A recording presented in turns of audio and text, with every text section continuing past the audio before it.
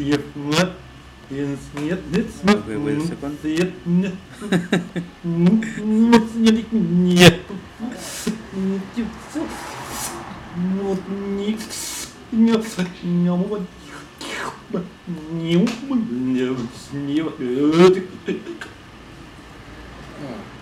Yeah?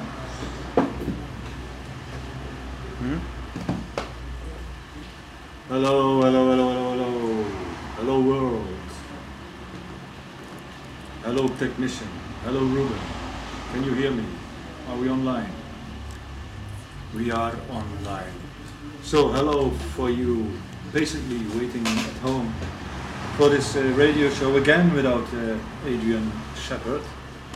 For this radio show again without Adrian. Yes, I repeat myself. Last technical things and now it goes on. There's no Adrian Shepherd, it's Rinus van Alebeek hosting today. Our guest is Peter Zincken. You will miss a little bit the 1000 questions that Adrian always has in store. And in fact our book will be out soon. Radio on 10,000 questions and how to avoid answering those questions. I will start with an Adrian Shepherd question. You are, Peter, your most discussed person. What's your favorite pet? A favorite pet? Yeah. You mean, what is a pet? A house deer. Oh, a house deer. Well, I had cats, sorry. My mobile is going... So we got it here, live on the show, a mobile phone call. Ruben is dancing. This is Shani, who's calling me now. Hey Shani. Hey. Yeah, je belt naar Berlijn. You're calling to Berlin. Yeah, that's an expensive call for you and me. Within 2 weeks I'm back. In 2 weken ben ik terug.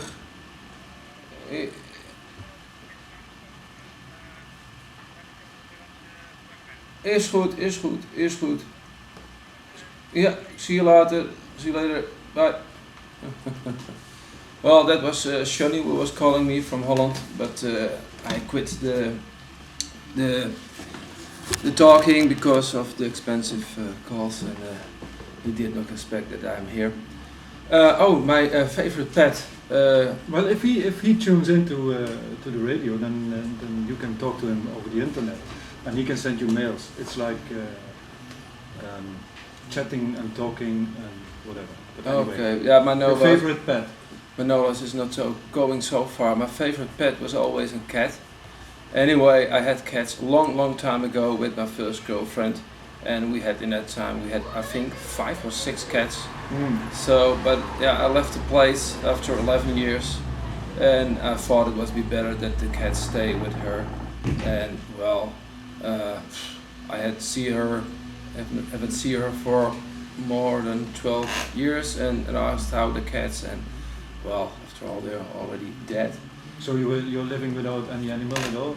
No animal for me. It gives me a lot of sadness when a car is riding over them. Or that's true. What else? So this explains why you are very what do you call it? I love animals. Dangerous. I love animals. Dangerous for society. Yeah, I love them, and very special to eat them. You shouldn't say that. No, there's too many people who want to throw pink bombs at us running through the city. We will start with the very CNN news things like your show has been banned tomorrow. You can't play tomorrow. Yeah, I heard that. Yeah. So we're going to talk about that later. But before that, we're going to talk about Amsterdam. You were born in Amsterdam. Yeah, I've been born in. My name is Peter. I've been born in '62. I've lived up till 9 o'clock in a very poor neighborhood. Until 9 o'clock only? 9 o'clock. When I was 9 years old, we moved out. Maybe it was around 9 o'clock. I don't know. Did you live close to Willy Alberti? Yeah, he was still living. Jordaan? Yeah, he was still living in the same neighborhood, the Jordaan. Could you hear him sing? But I think those guys were going out and not living in the neighborhood in that time anymore. But I'm not sure about it, and I have to find it out. Oh. Yeah, Jordaan, it's one of my favorite singers, and he's just for the crowd. What is like the biggest hit of Johnny Odal? Because in the south of Holland where I'm from, we only hear Willy Alberti, the glimlach from a kind. Okay, I think the biggest hit of Johnny Odal is Geef ons maar de Jordaan. Just give us the Jordaan. Just give us the Jordaan. Then I have to translate it in English, but I think that's very difficult for me. You have to sing it in Amsterdamish. Yeah. It's almost like Amsterdam. It's give me Amsterdam. Geef mij maar Amsterdam. Dat is mooier dan Parijs. Geef mij maar Amsterdam. Mokums paradijs. En geef mij maar Amsterdam. En met je Amstel en je ei. Want in Mokum ben ik rijk en gelukkig tegelijk. Geef mij maar Amsterdam. That's the way it goes a bit. I'm not the guy who can make the similar voice, but it sounds like it. Yeah, and then he had a special relationship with Tante Leen. They were kind of Brad Pitt and Angelina Jolie of the 60s in Amsterdam. And later he discovered that he was gay. Oh fuck! But that was a big shame at that time. Oh, but that was after Tante Leen had her operation? I think so. I don't know anything about operations of Tante Leen, but I know that they were in hospital because my grandmother said that she had sent a postcard to both of them. Did Tante Leen tell him he was gay? No, my grandmother. Your grandmother told No. It's general. Everybody knows that he is gay and that he didn't know it.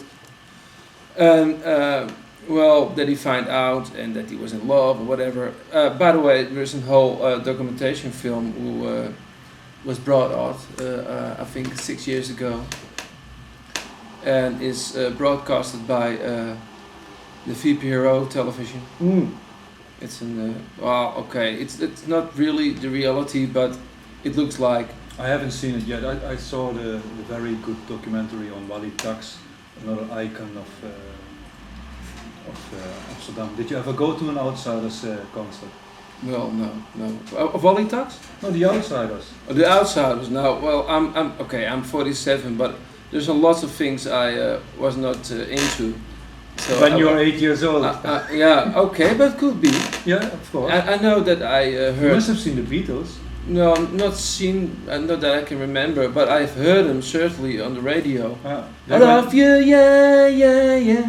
Like that, you know. Yeah, they went through the grachten with. They were into love, peace, and happiness, and that's the generation where I grew up. But still, I was very young. That was before Paul McCartney discovered that he was gay. Oh, was Paul McCartney also gay? Really?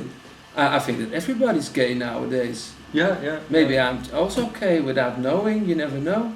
Somebody will tell you soon. Okay. Well, I will be really surprised if somebody can tell me the truth. Peter, you don't know yourself, but you're gay. Wow! Maybe in the world will getting open for me. You never know. Yeah, but we've been talking a lot about this. That in 2012 everything will change. So 2012.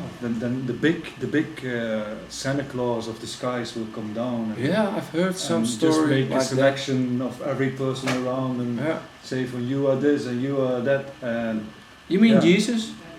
No. We had that. Another one. Muhammad maybe. Muhammad maybe. Muhammad the Go-Go. Muhammad the Go-Go. Okay, sorry.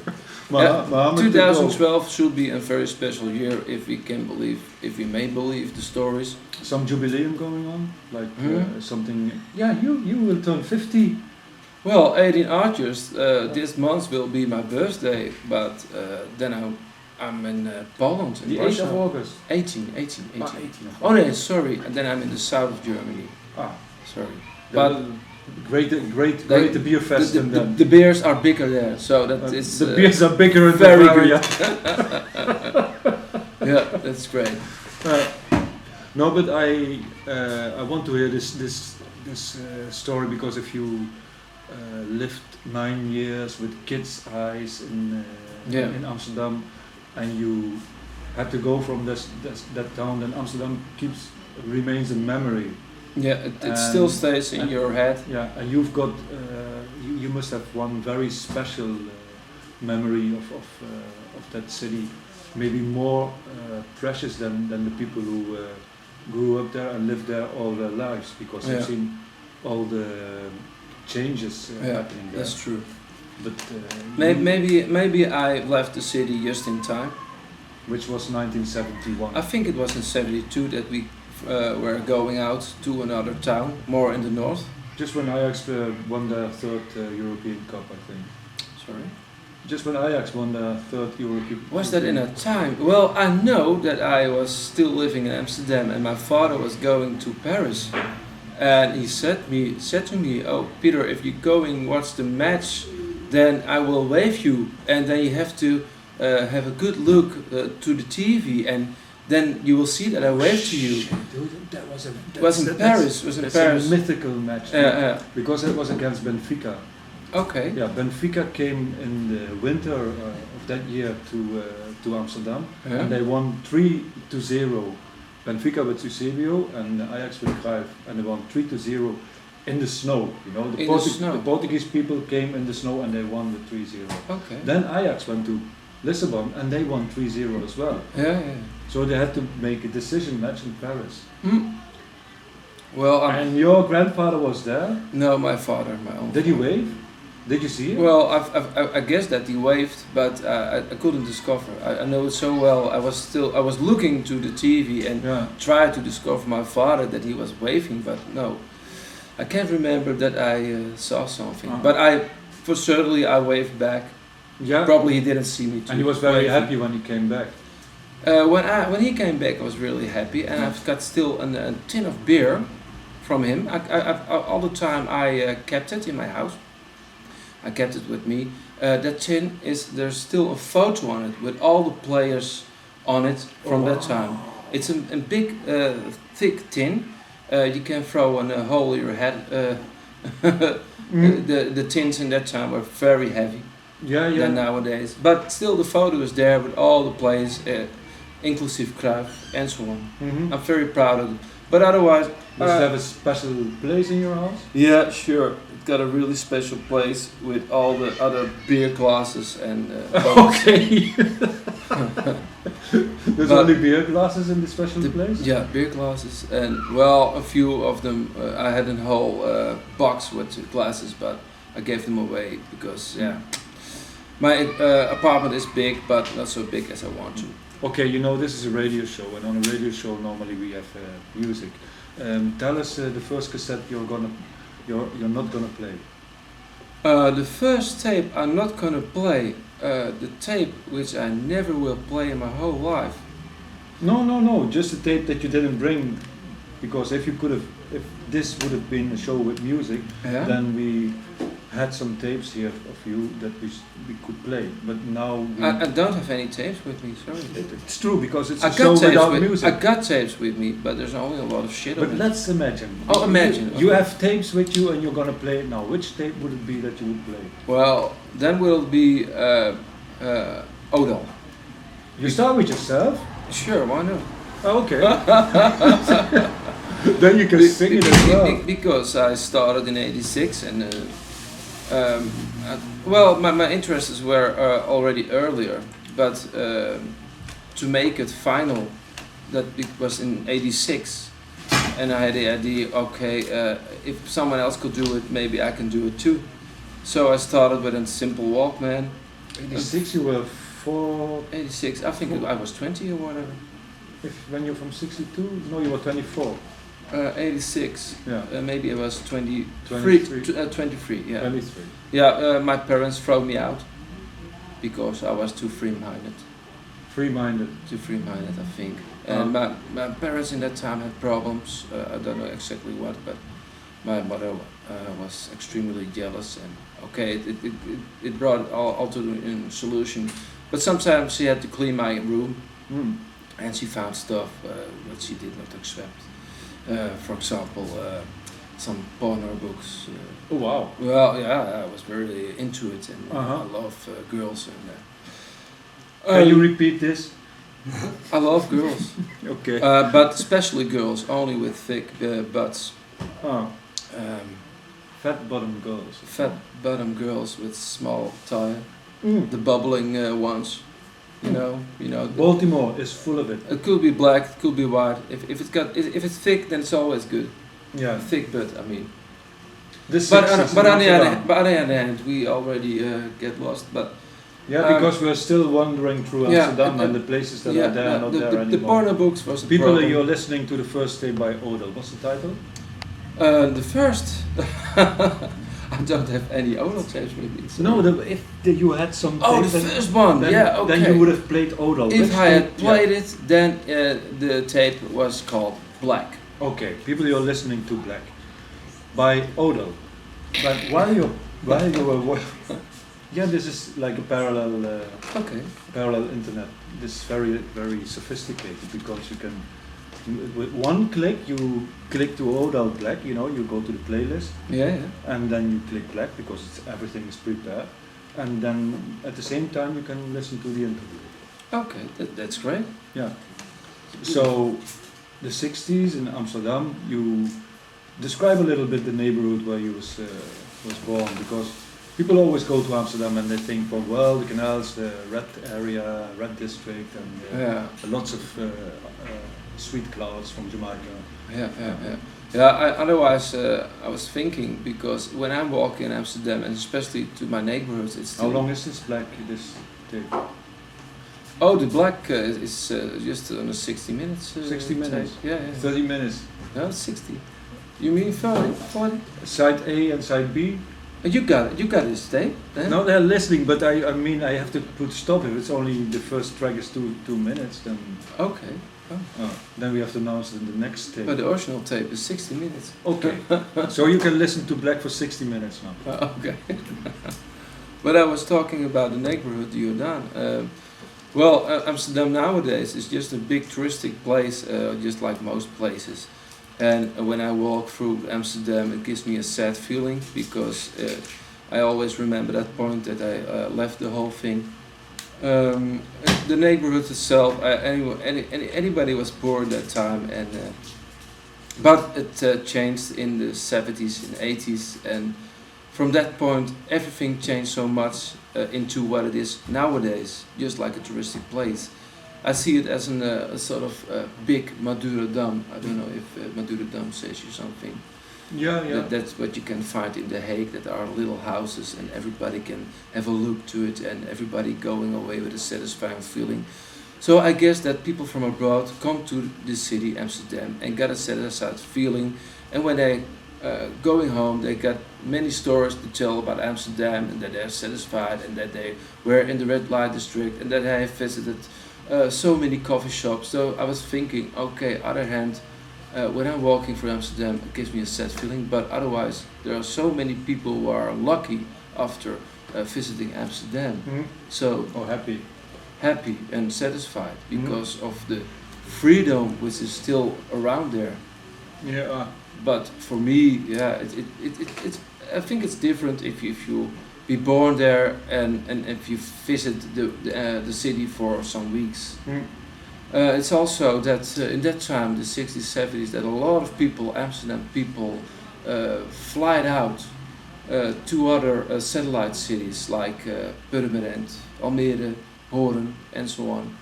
And they even get from the council money to go away. And those were the places that the Fckn'Bstrds got their inspiration from? Well, I don't think so, because it's just, this is very personal. Yeah, but if you go to such extremes, then there must be some personal touch to it. Yeah. Well, I don't know. Maybe it's in my genes or whatever that I had a feeling. Just trying to get at the point why you are so controversial, and then people kick you out, and they get upset and outraged and whatever. I think it started in '77. Oh, what happened? I thought it was a sort of punk wave. Okay. And I think that moment changed everything. I think the first years of punk was not so political, but it came later. And I was into punk for a short while.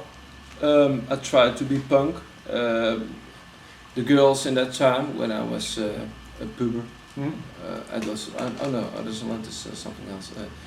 All the girls were in love with snotty me. young kid. I was a snotty young kid, yeah. But all the girls were in love, and I tried to be punk. And well, later, the girls didn't like that so much. And there it already starts that I became a sort of loser. So I was not so into the girls anymore, and even girls were treating me when I was in school, and yeah, it was from that point everything was going so different. I discovered in Amsterdam by accident the shop Staalplaat, which is now going on in Berlin, and well, that was that was soon. Punk, that yeah? was still yeah. Kids That was like 9 from your years. age, That was they 9 became years. depressed young 9 kids. years after, yeah. And listen to the Q and things like that. Yeah. But in '82 I had already my interest into noise, White House, that kind of things. But it took 4 years later. Maybe I discovered the Staples shop earlier, maybe in '83 or '84, I think. You said it was. I said in '86. No, it's earlier. So much more earlier. Peter's my host these days, so I've got some information before you had it. We're still listening to Black? I hope so. Okay. Black is beautiful. Yeah. And you said at the beginning the Starbucks was like a shop where they only sold cassettes. Yeah, it was just a tape shop. It was only tapes. What did it look like? Well, very simple, small, nice people. Well, in that time I became knowing about Jordaan. I saw that he is still living. And well, I got great respect for him that the shop was so long time ago in Amsterdam, but and you could say that I see the progress from the beginning till what it is now in Berlin. When I was in the shop, I was just my eyes was falling out of my head and thought, what is this? Well, Jordaan was talking with me, and he said, well, there are existing people who are making noise or sounds by themselves, doesn't matter what it is, and put it on a tape by themselves. I thought, wow, this is really great, because I did such experiments by myself, but just the idea to release it, that was in a totally other dimension, and I had to think about this, because it was very attractive. It had something attractive for me. I don't know why, but maybe just the idea that you do something by yourself, it doesn't matter, put it in a tape, and that somebody other could have listened to it, because it was in that time it was only tape, LPs, and nothing more, and tape was just something, a medium that you could put your own stuff on it. So then you went to buy a cassette recorder and I had already a tape recorder, and I recorded some stuff with my sister together, just some stupid talk or whatever, and we played it again after rewinding. We laughed about it, but you could do it also with noises and sounds. But I think that I bought some stuff. I don't know what was the first tape. I think the first tape which I bought was the one from production. It were Australian people, and then that time they were settled in England. And you have to be very careful if you say these names, because this playlist is so sophisticated that if you say production, then it switches to production. Oh wow! Okay. Yeah. Oh, that doesn't matter. Okay. But it was production, and I've seen some kicks of them, and later in the NL Centrum, in that time there happened more in Amsterdam about this field, about noise and whatever. And we had NL Centrum, and there I saw them playing live once. They worked close together with Club Merol from Belgium. But these were the first tapes I bought, and I found them very strange. Nobody liked it, because if I asked the reactions from people from Staalplaat, most of them, they said, oh, my little brother could this too. It's just shit. It's fucked up. It's nothing. And, oh, you can really gonna buy this tape? Yeah, I think I do because I love it. I like it. It's so strange. It's so different than let's say punk or whatever. Was this the birthday of trash culture? Well, it was because punk was not really trash culture. It was recycling. No. Yeah, but it was already a start.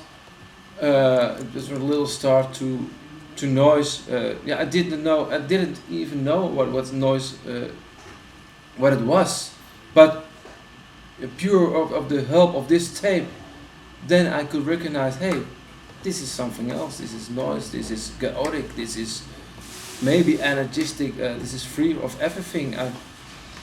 And later I discovered the Haters.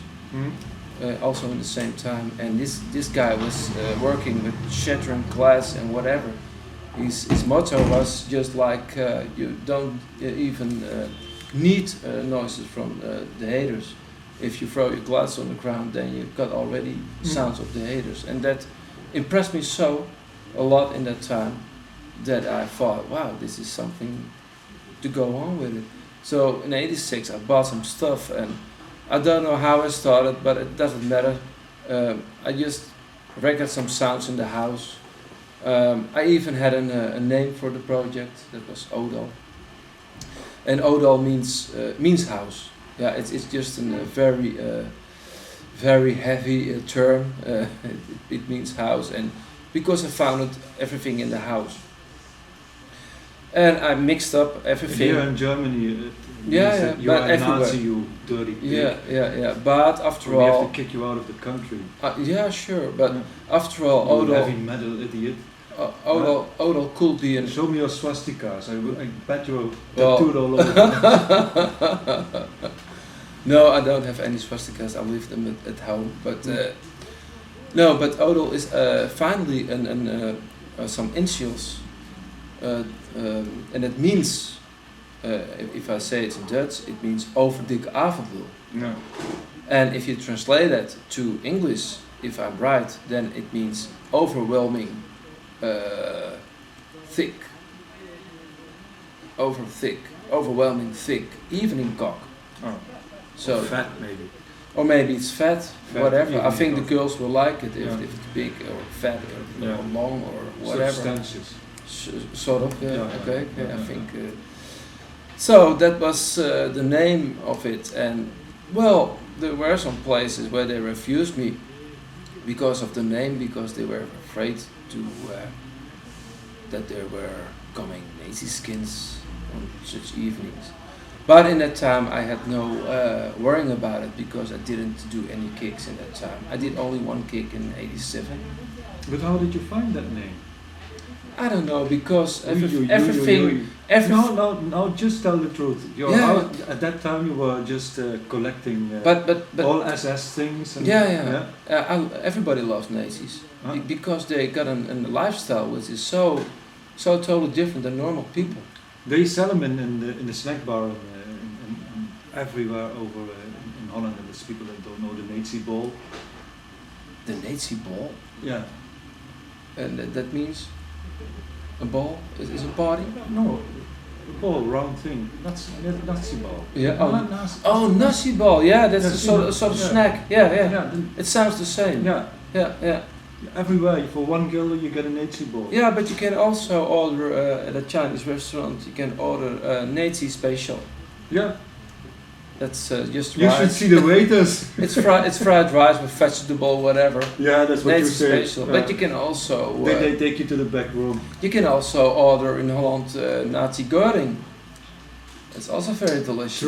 True. And they eat it every Sunday. And they eat it everywhere in Holland. It's just tasteless and it's delicious. Yeah, it's all a cover up for this weird underground. Fascist movements in Holland. They're preparing some revolution since the last 30 or 40 years. Mm-hmm. From the outside it's just a Chinese restaurant, but if you go inside you just have to say the secret word, I want one Nazi Göring. Yeah, then they take you in the back room and then okay, without or with a whip. And then we go. Yeah. You've got so much to. No, but tell the truth. Where did you find this name Odal? You were into Viking lecture I because don't know I exactly. can remember some white-skinned Viking No, Nazis in the it was Eastern it was real. It was just real for the reason what I already told. Odal means home, and because I where everywhere. No, The place where you stay. I don't know that word. Odal, you don't know? No. It's a name for a room. Where? Uh, In our language? in every language in Odal? whole Europe. Yeah, Odal. It's a name for a rune, and that means Oh, a rune. a rune. Yeah, but yes, that's the Braille script from the Nazis. Don't you understand? No. All the blind Nazis, they go over these rune signs and then they can Yeah, read but Mein Kampf and yeah, things like that. but let me tell you this: they took these ideas from the old Germans, Yeah, but it's a long time ago. So it's taboo, Peter. yeah, but it's only in Germany, not in Holland. A little bit. Oh. So, but I never used the sign, only the name. Which sign? The sign, it looks like a fish. You are wearing a moustache, eh? And in fact, you've got the Hitler moustache upside down. Yeah. The Hitler bit is under your lip. Yeah, it's almost the Yeah. same image, yeah. If you stand on your, If I make my if you perform, you stand on your hands. You stand upside down. No? And you can do the Nazi yeah. thing with Like your left like leg. hi, Yeah, wait a like minute. that, but then different. I think if you've got an erection, you Like can do like the gay hello. it. No but gay then- jokes in this show. Okay, sure. Okay. No. But okay. It's Okay. Wait a minute. So the first tape of Odal is called Black. Black. And Very s- suspicious. and yeah, Very because suspicious. I love the What did your T-shirts look like those days? Well, I never made any T-shirts. You bought them, or you stole them? Well, I never made any T-shirts with the Odal No, stuff on you it. can buy those things or order them. Yeah, maybe through You're not into child Nazi porn, are you? distributions. No, I'm not into child porn. No. I love children very much, but I'm not so going so far. Anyway, Not like Fürstentum Germania. the guy behind the windows tried to Do say sign something, language. to tell something. He makes some signs and There's 4 guys behind the windows. Yeah. 2 have a moustache. One is trying to have one, but he's too young. that makes typical. And, But anyway, yeah. at that time in '86, I started my first tape, Black. Later We're became. still listening to Black, by the way. Oh really? Yeah. Well, later became, I think, if I'm right, Nihilistic Dogs, Potence. There came much more tapes, like Lane Instinct. Lane Instinct. Yeah. That's a nice title. Yeah. Yeah. Lane We Instinct. have to burn those commies. And also Groeitrauma.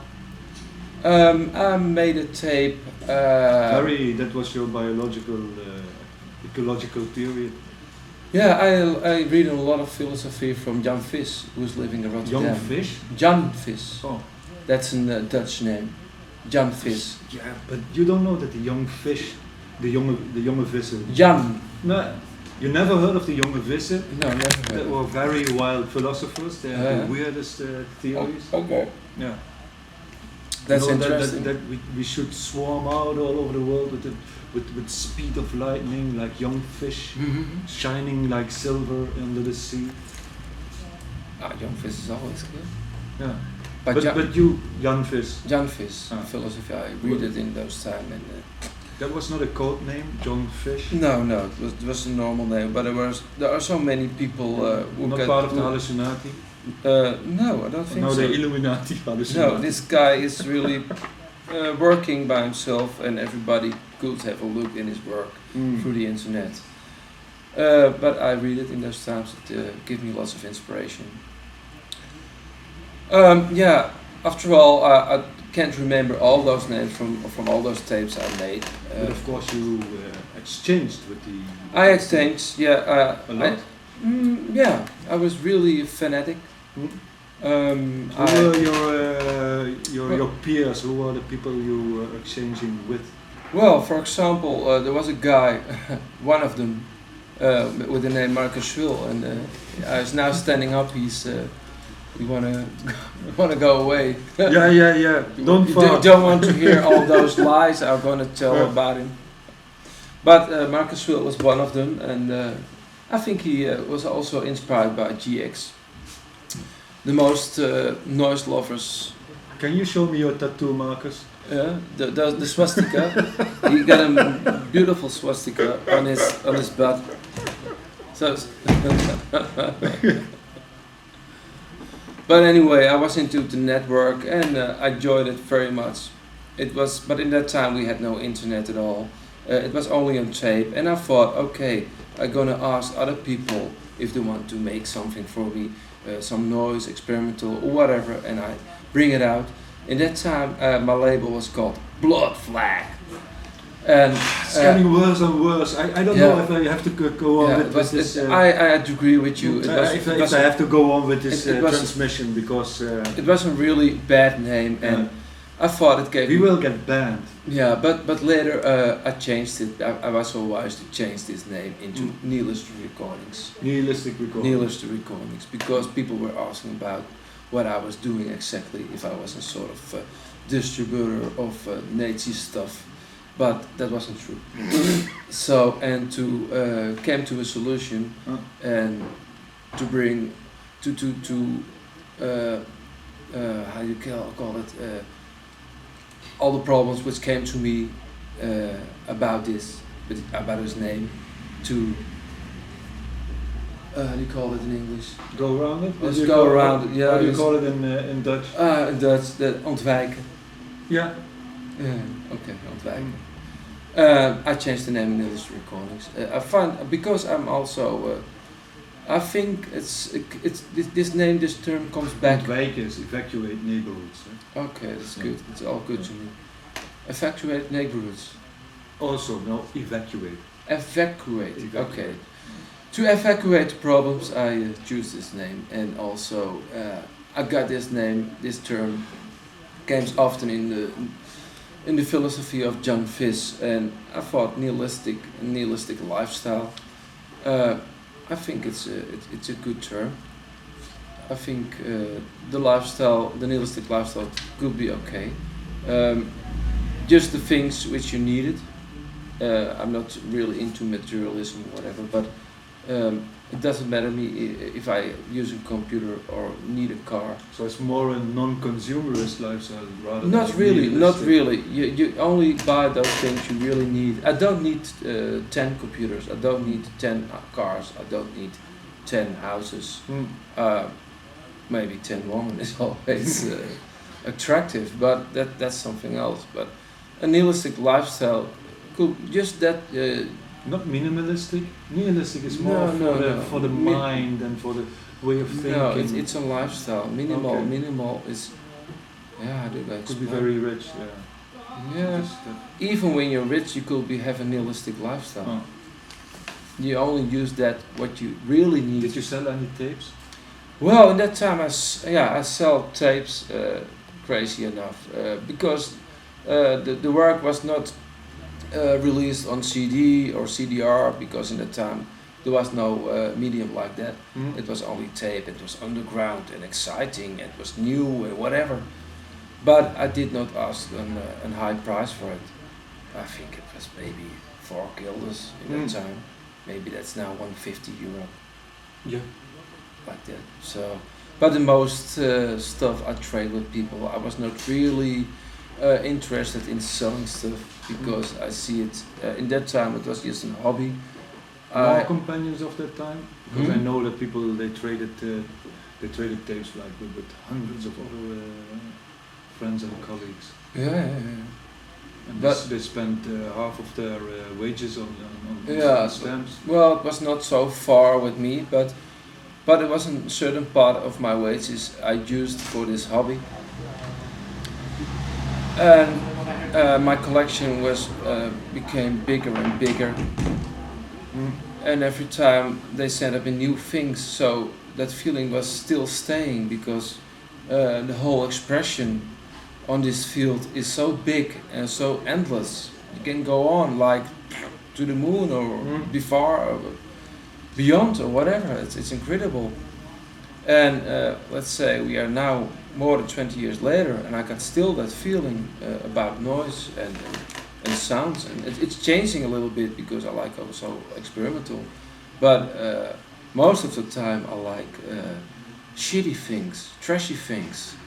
What is this interest for trashy things? I don't know exactly what it is that interest, but I've seen so many people who want to be good, who want to be special in life, who want to be get out of it to do overwhelming or whatever, to be higher than the highest mountain, and very balanced, and well, I don't know, it was not my style, it was not my feeling to work with this kind of things. I thought, no, it has to be lo-fi.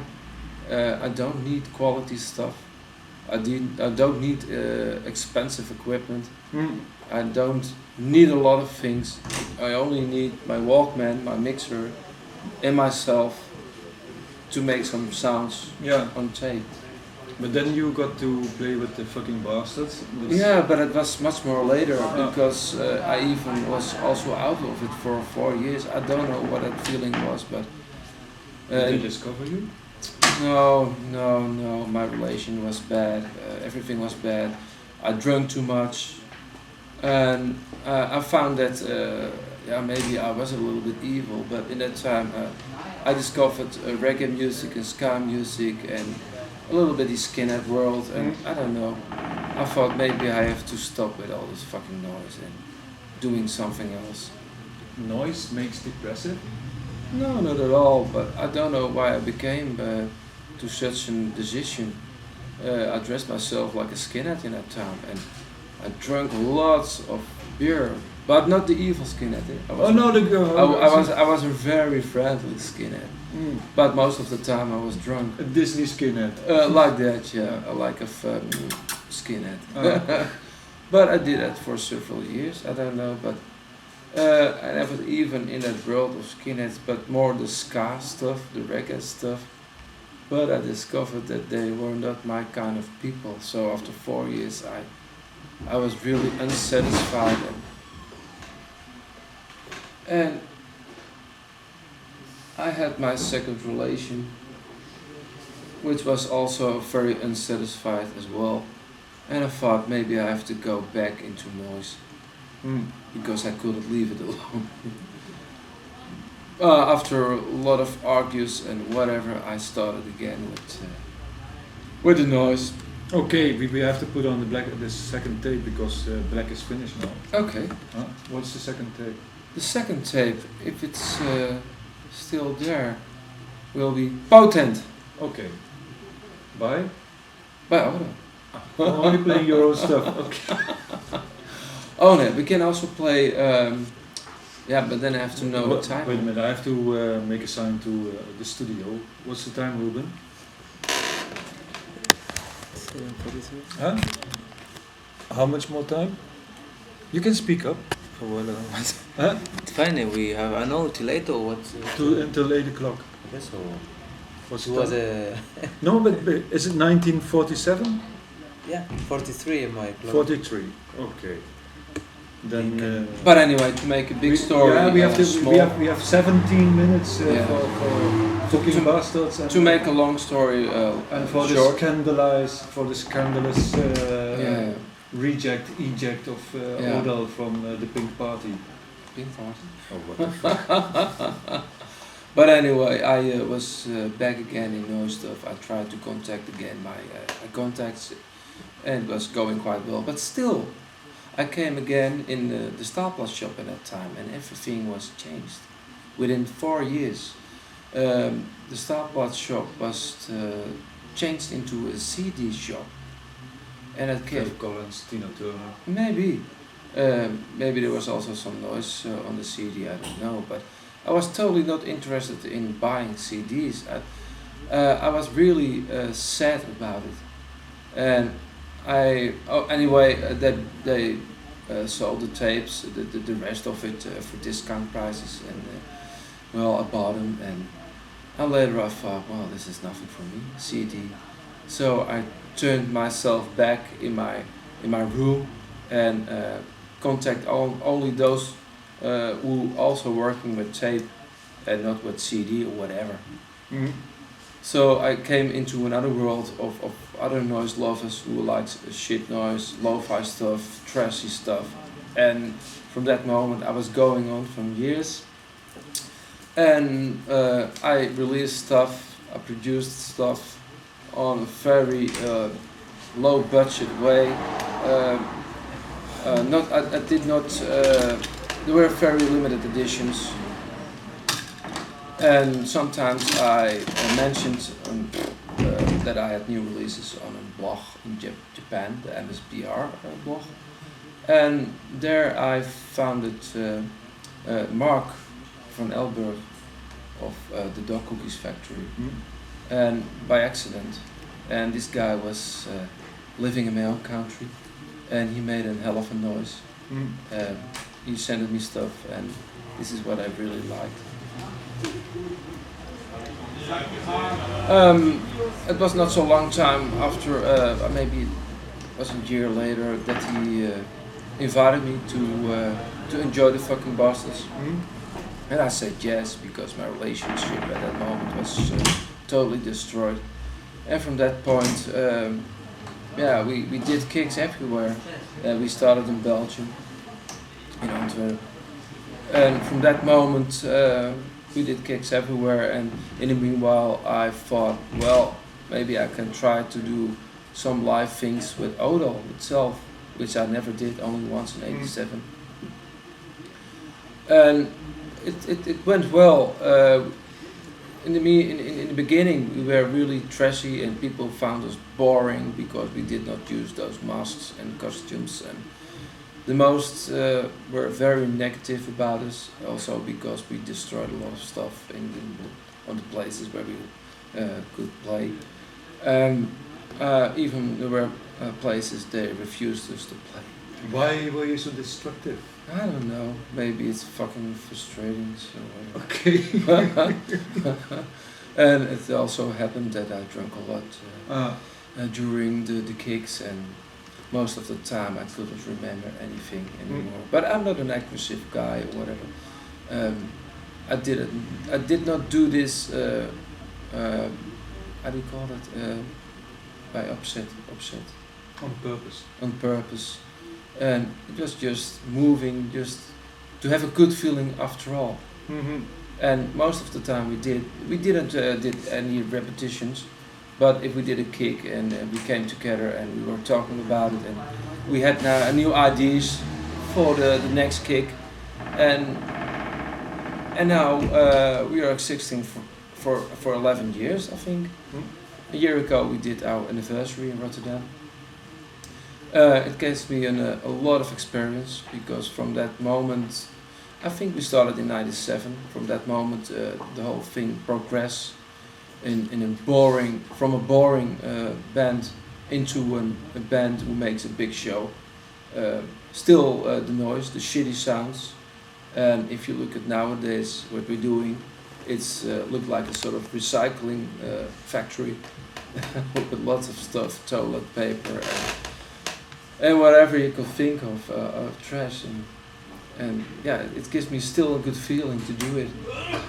Sometimes we play in squads, we play wherever they want us. So probably you need a lot of time to prepare shows, just building these carnival masks. Yeah, but I think that my problems are really less, because the guys of the equipment, they got more problems than me. I have only to do my costume. I need some time, some days for that to fix it. And well, the other guys and the girl have the same thing to do, same job, making costume, making mask, but also their equipment. So they have to take more than me. But I'm the front man, okay? Because in the beginning everybody was very shiny. Shiny. Yeah, also shiny. Okay. And shy. And I don't know what it was. It was a certain feeling to maybe I'm a sort of theater man. I had a feeling to go in the forefront. That changed, and the others were more on the background, and it was really irritates me sometimes that I felt alone on the stage. But anyway, it worked. People liked it a little bit more, and even women and girls came over to see us. That's important. Yeah. And later, little children, girls, and boys who liked us, and that is very positive. And well, so through the years, it became very quite good. Well, it's a kind of comic strip noise. Yeah, but it was not. Did that exist already at that time, or was? No, in the beginning we didn't express ourselves as cartoon figures. Totally not, because everyone was boring to see us. The sounds and No, but I mean this style of being dressed up like a cartoon. Was that something that happened a lot at those days, or? I don't think so. Mark had. I think that Mark is his inspirations had from Carolina Rainbow, but they dressed them totally different. I couldn't say that they look like cartoons, but there wasn't a whole cartoon world. But I don't think that noise had a place in that world. So we mixed up the cartoons and the noise together. And then maybe we started first, but I'm not sure about that. did you like? It looks also like that you inspired a whole generation of young. I've heard some stories because to dress up and I've heard. Start fucking around. I've heard that kind of stories because in Antwerp there was a group of noisemakers who called themselves Dirk Free Noise. I don't know exactly if they still exist, but they did it the same way, on the same formula. And there's even in Poland is a group who called themselves Jesus and Noise Commander, and they dressed them also like a sort of cartoon absurd thing. And maybe there's much more. What I don't know exactly, but sometimes I heard stories that we inspire people.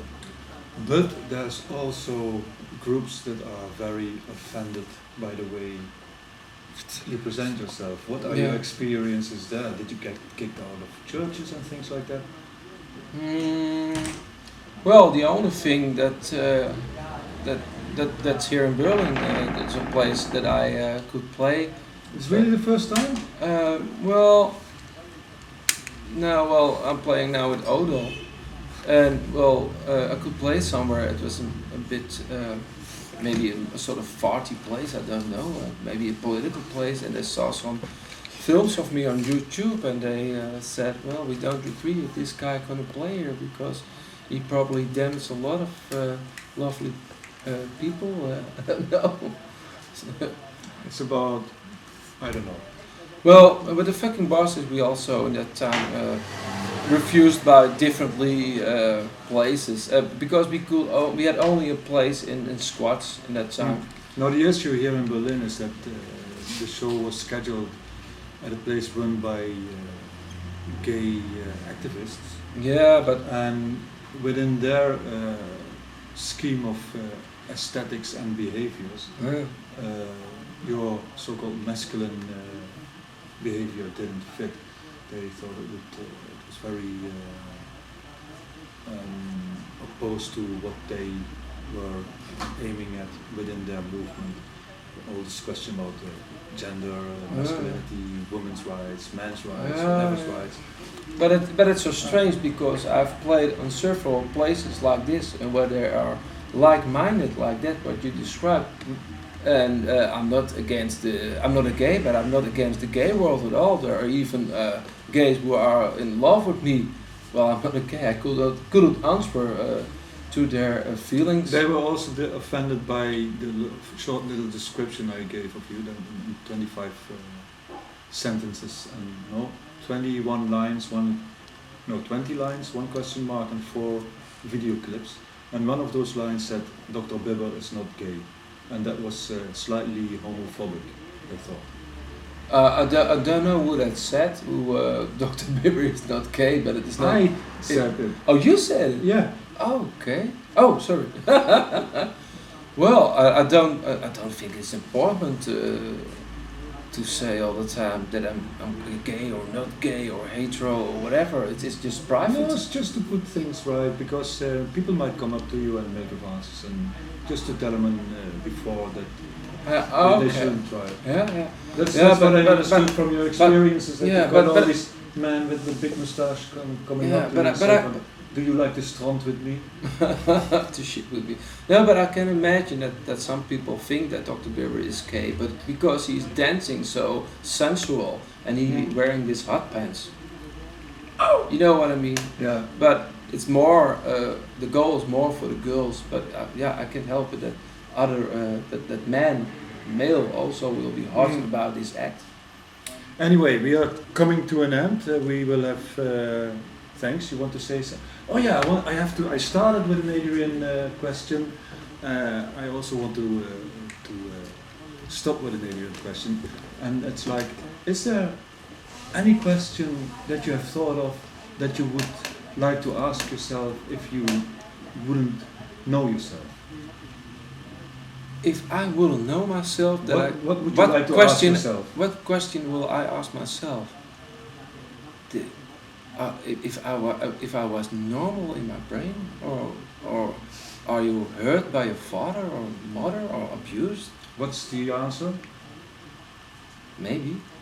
Okay. Next up on the show is Rayo. We thank Peter Zincken alias Odal.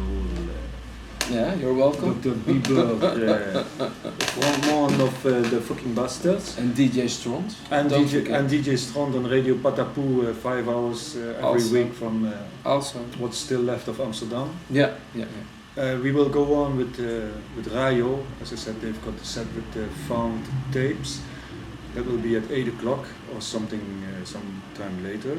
And then at 9 o'clock we will go back to Peter again, and that will be kind of just wait and hear. You're listening to Radio on Zincken from the Fckn'Bstrds. I'm gonna get a stand, and then put the microphone in front of them, and then I think it will pick up the sound from the speakers. Yeah. Well, it's better to have another microphone. Huh? But it's gonna be lo-fi with that. That's okay.